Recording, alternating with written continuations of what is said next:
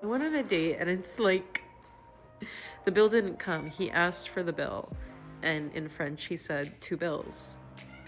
And then after I was honest and I just said it, like, I don't know, because I said, like, yeah, I thought you were gonna take me out, and like, to me that means pay. And then I texted him after and I'm like, I had a nice time, thanks. And then he read it and didn't respond, and it's like, okay, I don't know, like, I'm just tired of I'm happy I was honest. But like, I just like want a fucking gentleman. Everything was going well on their first date until she complained about being treated equally when the bill arrived. Now she is crying because he decided to cut communication after that episode.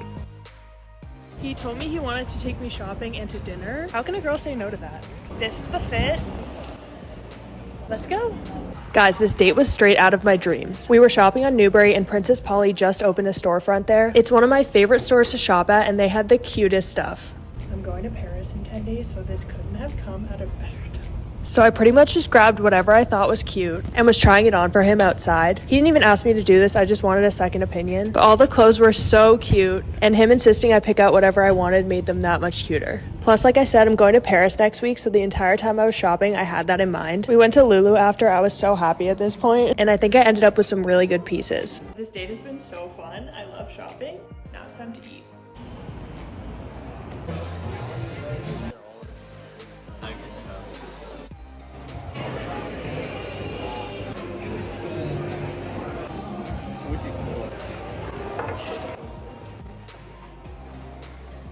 That dude is desperate.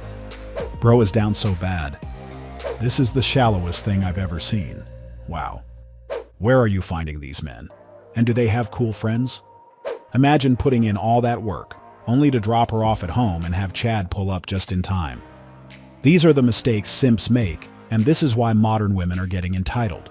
They think that using money is a good strategy to be liked, not realizing that it will get them the opposite result. Most women will be able to detect when guys are using money to get their attention, and this is something that puts most of them off. They know if those guys were confident in themselves, they wouldn't feel the need to use their money for this purpose, and this is unattractive. Why are you buying things for someone you barely know? This is the level of desperation most simps are operating on, which further complicate their situation. Those women are more likely to take advantage of these types of offers without the intention of pursuing anything further. Later, those simps will complain that they are being used for money, not realizing that it wouldn't have happened if they didn't lead with their finances. The day those simps understand that there isn't a need to spend on women to get their attention, things will get better for them. Women will pursue the man they like, and usually, those guys don't have to pay for things to be seen. I love simps. Every time I say this on the internet, people try to convince me that I'm wrong. Like, nothing is uglier to me than a nonchalant man. Nothing is uglier to me than a guy that is not all about me, a guy that doesn't baby me, a guy that doesn't take care of me, someone that plays that hot and cold game. I'm also such a simp. Like, it's so disgusting to admit, because once I'm in love with you, I will drown you with affection, so I only want the same in return. Oh, girls always say they want a simp, but then they go for the bad guy. No. This is a perfect example of a woman saying one thing, but in reality, doing the opposite. We all know what happens to the simps who approached her. Those who have displayed the level of attention she just described are currently a member of her friend zone group. Yes, I want a guy to take care of me. Yes, I want a guy to be masculine. Yes, I want him to be confident. When it comes to him loving me, I want him to be vomiting love for me, okay? If he doesn't worship me, I don't want him. I like nonchalant who are simps in front of me. I want him on his knees, ready to give me everything I want and need. I don't believe a word a woman says. Your actions speak louder. You love simp because he will allow you to walk all over him. She certainly wasn't a fan of my simping. This is how women get young men confused.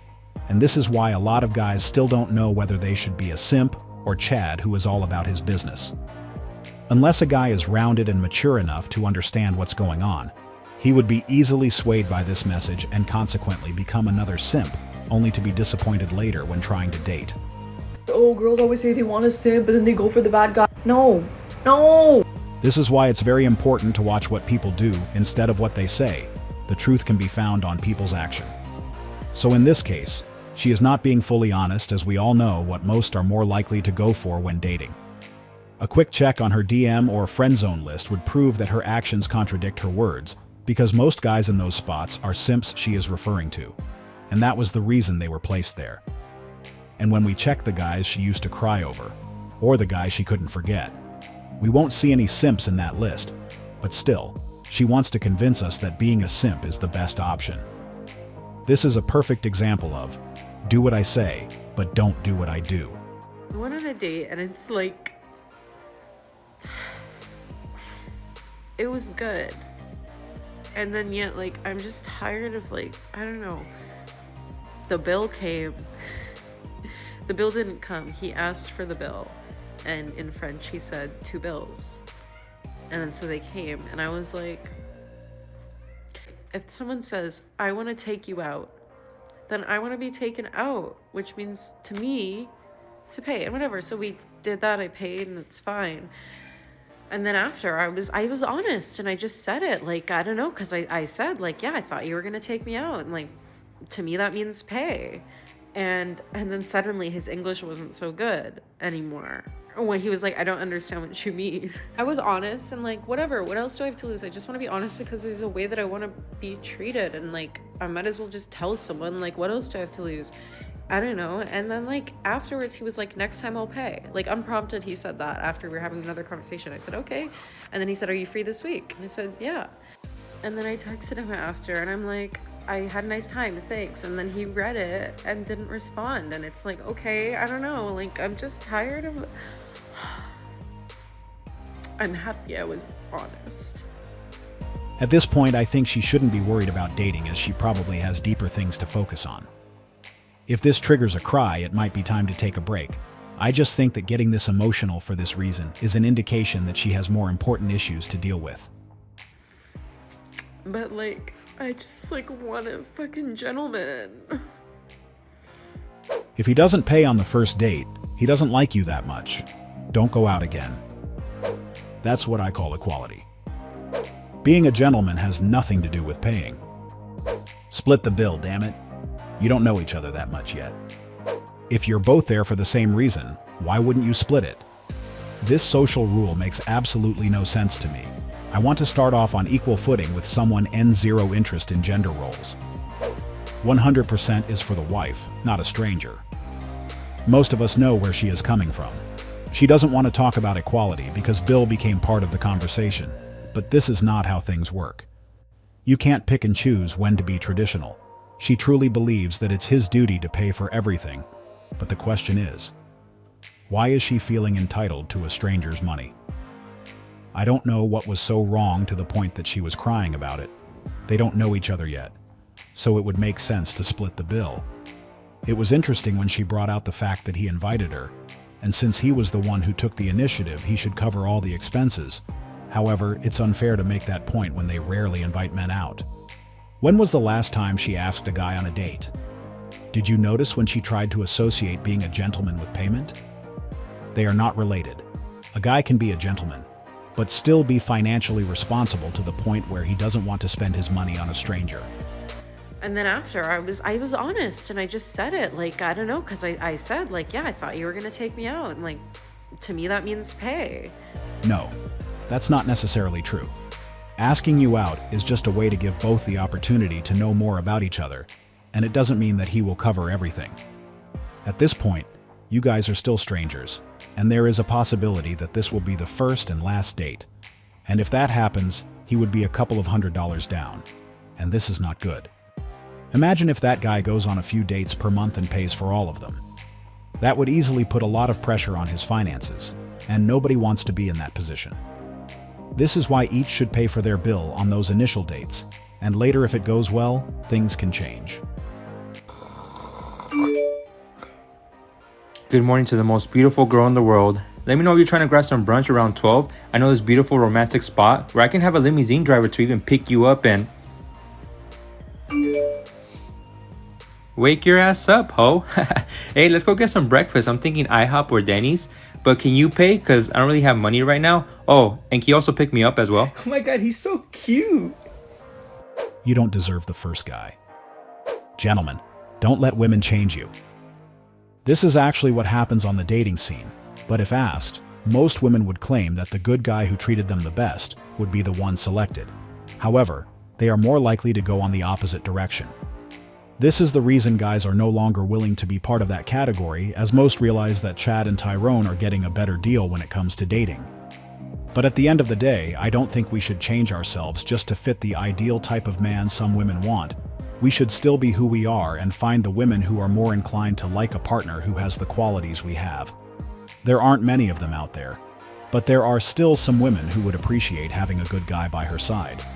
So continue being the man you are, and let the right women see the value you bring to the table.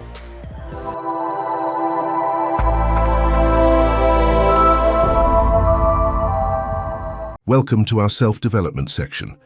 Today we will understand the reason why we must get out of our comfort zone. This is the only path to success. So if you are unwilling to do so, the likelihood of reaching your goals is slim to none. The things you want cannot be achieved while you are in that spot. Everything that you want but you don't have is outside of your comfort zone. And what I have learned in my potential path journey is that there are trade-offs all along the way. At every critical juncture in a person's life, if they want to go to the next level, they don't go to the next level by just stepping up. They go to the next level by realizing they've got to give something up to go there. And the way this works is the higher you go, the higher the price. All of us know that he is completely correct. We have goals we want to achieve, but we are not willing to do what it requires in order to achieve them. We don't want to do it because it will take us out of our comfort zone. And this is how we are holding ourselves back.